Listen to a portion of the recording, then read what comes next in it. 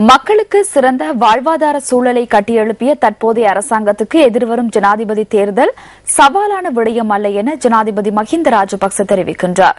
நேற்று இடம்பெற்ற ஸ்ரீலங்கா சுதந்திர கட்சியின் அகில இலங்கை தெரிவுக்குழு சந்திப்பின் போதே அவர் இதனை குறிப்பிட்டுள்ளார். ஸ்ரீலங்கா சுதந்திர கட்சியின் அகில இலங்கை தெரிவுக்குழு மற்றும் உள்ளூராட்சி மன்ற பிரதிநிதிகளுடனான சந்திப்பொன்று அலரி மாளிகையில் நேற்று இடம்பெற்றது.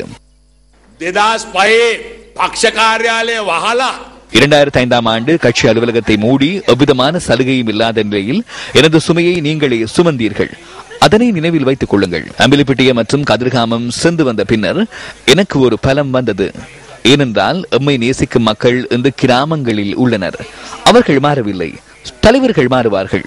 அதனால் இதில் சவால் இல்லை என்பதனை தெளிவாக கூறுகிறேன். நீங்கள் இந்த கட்சியை நேசியுங்கள், அப்போதுதான் கட்சி உங்களுடன் இருக்கும். இது ஸ்ரீலங்கா சுதந்திர கட்சி. சாதாரண மக்களே இந்த கட்சியை தொடர்ந்தும் பாதுகாத்து வருகின்றனர். அதனால் கட்சியை பாதுகாத்து எம்முடன் ஐக்கியத்துடன் செயற்படுங்கள். தலைமைத்துவத்தை அனைவருக்கும் வழங்கி ஒற்றுமையுடன் செயற்படுங்கள். நாட்டில் எம்மால் முடியாதது என்று ஒன்றுமில்லை.